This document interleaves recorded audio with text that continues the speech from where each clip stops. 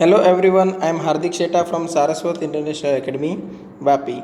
आज हम standard 9 subject science chapter number 9 laws of motion को आगे बढ़ाते हैं। तो एक्सरसाइज में जो रिमेनिंग क्वेश्चंस है उनका सॉल्यूशन यहाँ पे हम देखते हैं। क्वेश्चन नंबर 14 से स्टार्ट करते हैं। अ बुलेट ऑफ मास 10 ग्राम। देखो यहाँ पे जो लिखा हुआ है मतलब वो डिटेल आप यहाँ पे सबसे पहले अलग ले लो। क्वेश्चन से जो भी इंफॉर्मेशन मिलती है वो अलग निकाल लो। तो यहाँ पे मास दिया हुआ है 10 ग्राम, ठीक है।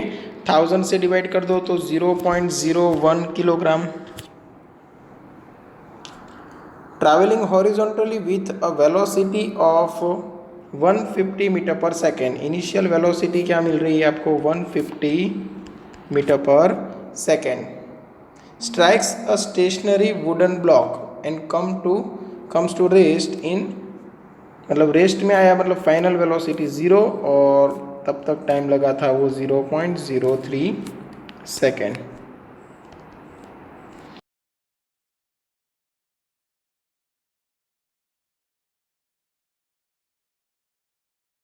अंदर जाते ही उसने ये टी जितना टाइम ड्यूरेशन है वो टाइम ड्यूरेशन में कितना डिस्टेंस ट्रैवल किया वो आपको फाइंड करना है। Also calculate the magnitude of the force exerted by the wooden block on the bullet. आपको फोर्स भी फाइंड करना है और वो भी मैग्नीट्यूड सिर्फ, ठीक है।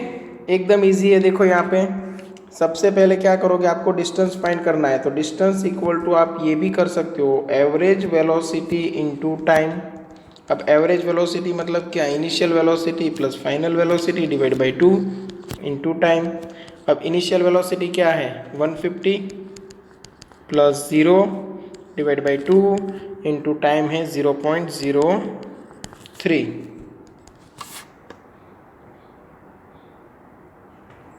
ठीक है। तो यहाँ पे आंसर आपको मिलेगा 2.25 मीटर। ये चलो एक क्वेश्चन का सॉल्यूशन हो गया कि हमें डिस्टेंस ढूंढ निकालना था, वो मिल गया। अभी क्या फाइंड करना है? फोर्स। चलो फोर्स इक्वल टू हम क्या कर सकते हैं? मास इनटू एक्सेलरेशन, ठीक है। तो यहाँ पे मैं करता हूँ force equal to mass into acceleration, mass into final velocity minus initial velocity divide by time T, ठीक है।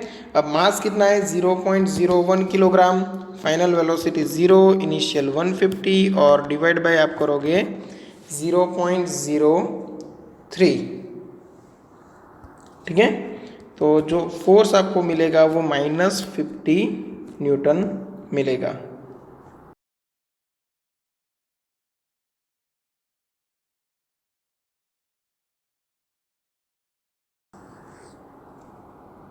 ओके, नेक्स्ट क्वेश्चन देखते हैं।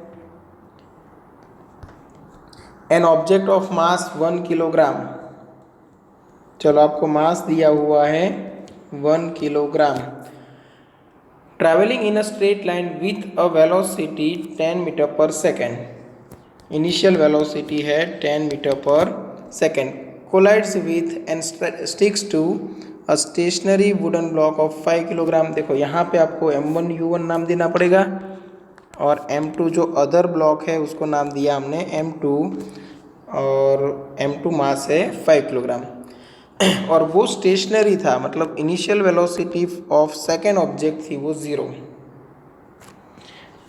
Then they both move off together in the same straight line. Calculate the total momentum just before the impact and just after the impact, ठीक है।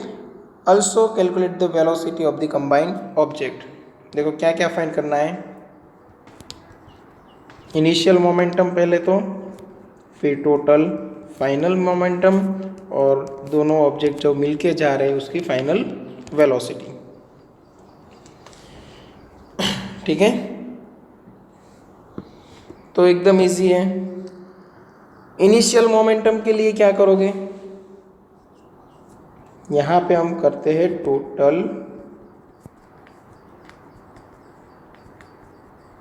Initial momentum, okay. So P I equal to आपको मिले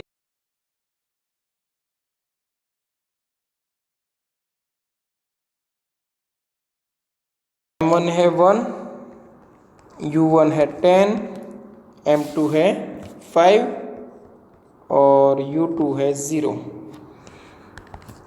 तो ये कितनी मिल गई आपको? 10 kilogram metre per second. चलो तो फिर टोटल फाइनल मोमेंटम क्या रहेगी? P F. तो टोटल फाइनल मोमेंटम वो टोटल इनिशियल मोमेंटम ही रहेगी, मतलब 10 metre per second as per law of conservation of momentum.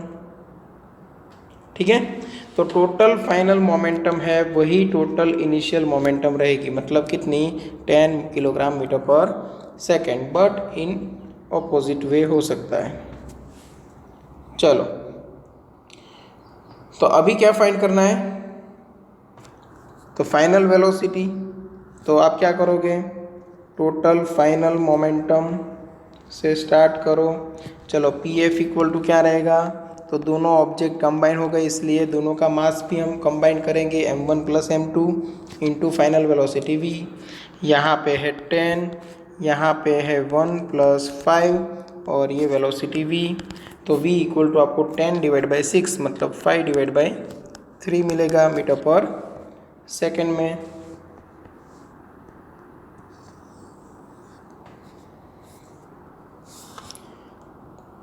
चलो यहाँ तक क्लियर होगा।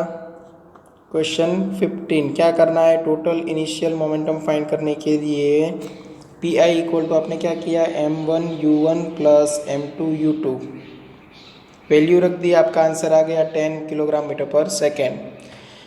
फिर ऐसा लगे तो लिख दो एज पर लॉ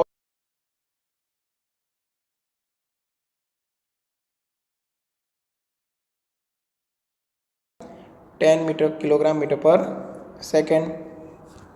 ठीक है, उसके बाद फाइंड करना है फाइनल मोमेंटम से आप P F equal to m1 plus m2 into V ले लोगे और v आपको फाइंड करना है। ठीक है, चलो क्वेश्चन नंबर 16 पे आते हैं। An object of mass 100 kilogram, mass दिया हुआ है आपको 100 kilogram, is accelerated uniformly from a velocity of, मतलब इनिशियल वेलोसिटी है 5 metre per second to final velocity 8 metre per second in 6 seconds.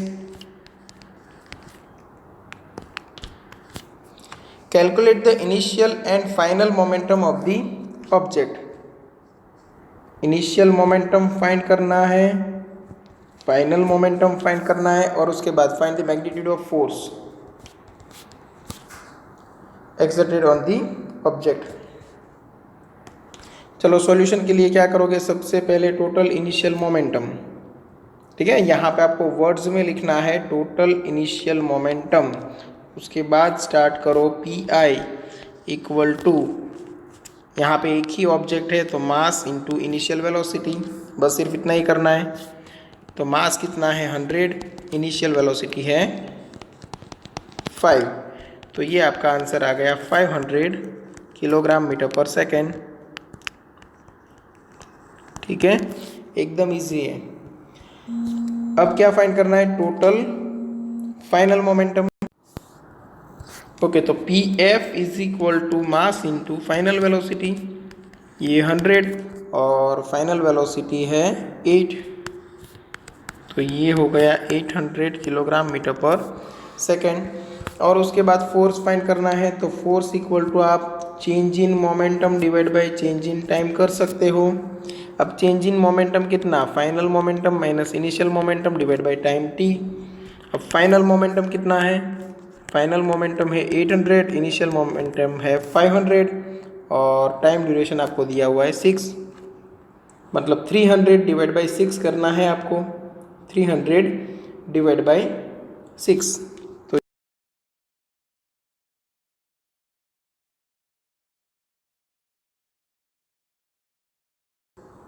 ये फॉर्मूला से नहीं करना है सॉल्यूशन, तो आप ये भी कर सकते थे कि force equal to mass into acceleration, mass into final velocity minus initial velocity divide by time.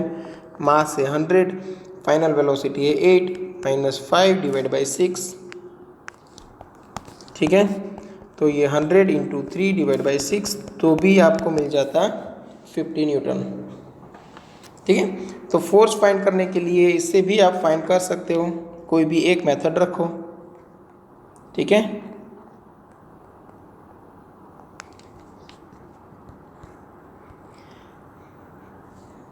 चलो नेक्स्ट क्वेश्चन पे आते हैं। ये क्वेश्चन का सॉल्यूशन आपको खुद करना है, मतलब मैं यहाँ पे एक्सप्लेन कर देता हूँ, आप अपने ओन वर्ड्स में आंसर लिख सकते हो। ठीक है, अगर फिर भी समझ में ना आए तो आप कांटेक्ट कर सकते हो। लॉजिकल क्वेश्चन है, सिंपल है।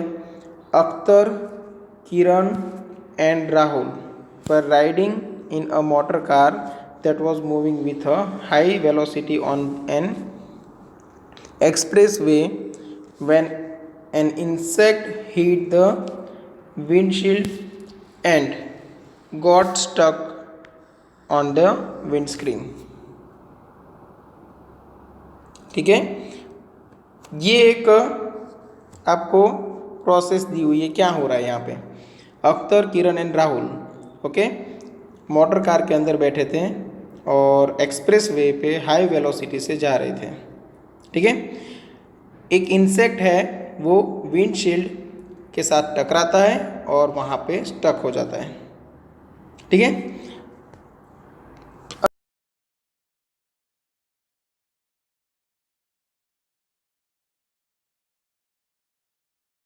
ओके चलो यहाँ तक क्लियर होगा कि ये सिचुएशन के बारे में ये तीनों डिस्कस कर रहे हैं। पहले तो दोनों ने स्टार्ट किया, अख्तर एंड किरण ने।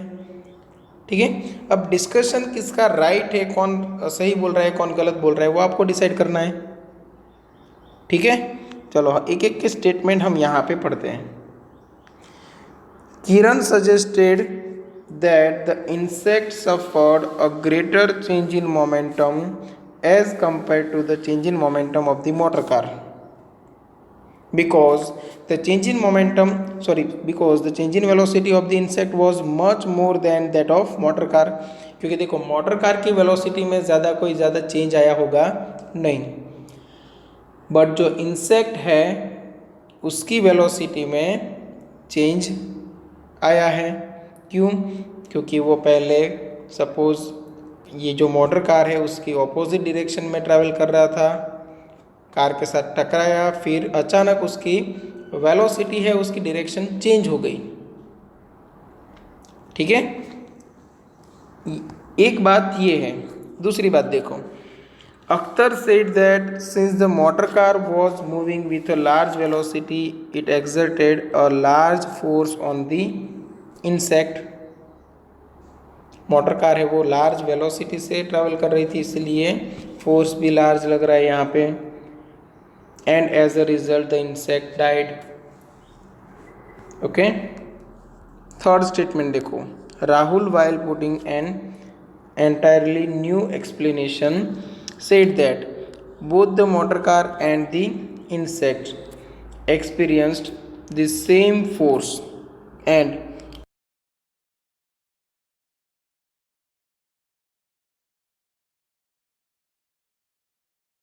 इसके ऊपर आपको कमेंट करना है। ठीक है, तो यहाँ पे देखो किसका जो रीजनिंग है वो मोर एक्यूरेट है, तो राहुल। ठीक है, राहुल ने क्या कहा था, while putting an entirely new explanation said that. Rahul ने क्या कहा था, both the motor car and the insect experienced the same force and change in their momentum. ठीक है, तो आपको क्या लिखना है आंसर में वो मैं आपको यहाँ पे बता देता हूँ।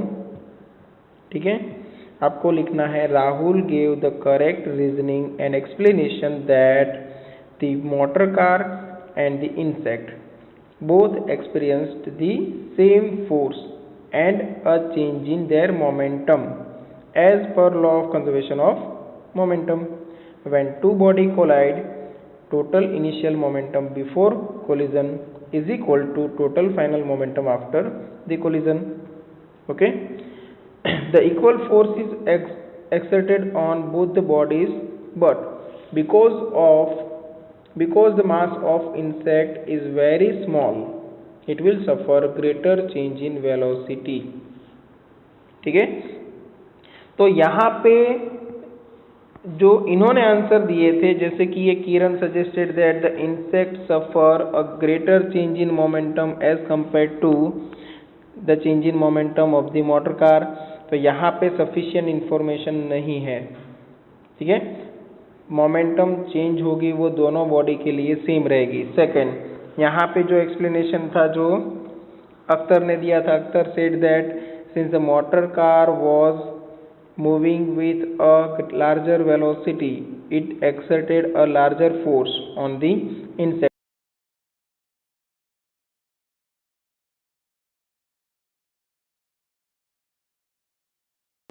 इंसेक्ट के ऊपर फोर्स लगा, बट लार्जर फोर्स नहीं बोल सकते क्योंकि दोनों बॉडी के ऊपर सेम फोर्स लगता है. देखिए, अब जिसका मास कम होगा उसके ऊपर इफेक्ट ज्यादा होती है.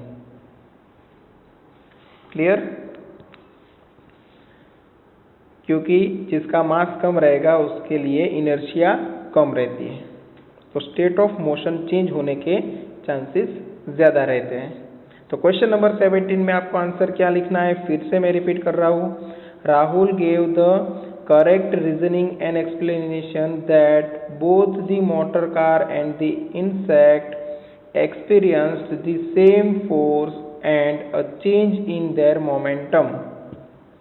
As per law of conservation of momentum, when two bodies collide, total initial momentum before collision equal to total final momentum after collision. Okay, उसके बाद अगर एक्स्ट्रा लिखना चाहो तो the equal force is exerted on both the bodies, but because the mass of insect is very small, it will suffer greater change in velocity. Okay, अब start करते हैं question number 18. Question number 18, how much momentum will a dumbbell of mass 10 kilogram transfer to the floor if it falls from a height 80 centimetre. चलो, mass कितना दिया हुआ है आपको, 10 kilogram. Okay,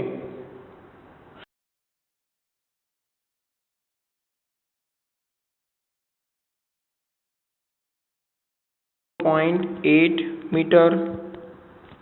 okay, initial velocity क्या है, 0, और एक्सेलरेशन आपको दिया हुआ है gravitational acceleration 10 metre per second square. Initial velocity 0 कैसे पता चला, क्योंकि यहाँ पे if it falls from a height this लिखा है ना, तो यहाँ पे फ्री फॉलिंग हो रहा है.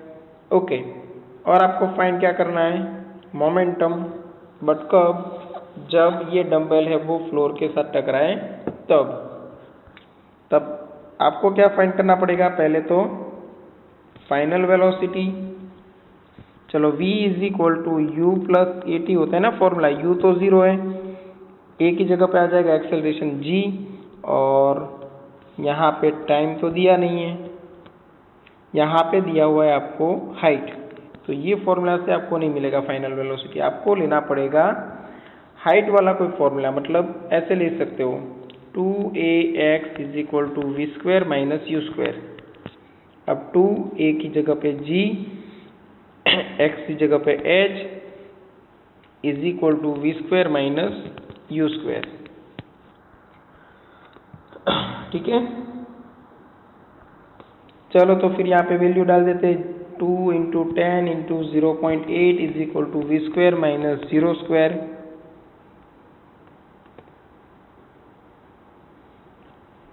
ठीक है, तो ये हो गया 16 is equal to V square, तो v इक्वल टू मिल जाएगा, अंडर रूट कर दो, 16 का रूट होगा 4. तो फाइनल वेलोसिटी आपको मिली 4 मीटर पर सेकेंड.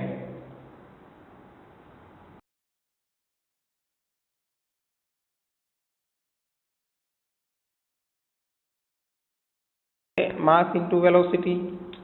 अब मास कितना दिया हुआ था आपको 10 किलोग्राम, वेलोसिटी है 4, तो आपका आंसर आ गया 40 किलोग्राम मीटर पर सेकेंड।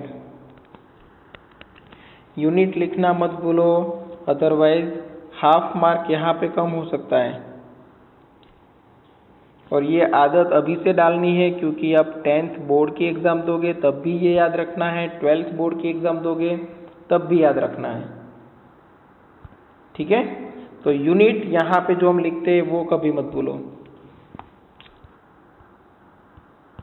चलो, यहाँ पे हमारा ये चैप्टर फिनिश हुआ। अगर किसी को कोई भी क्वेश्चन में डाउट है तो कांटेक्ट कर सकता है।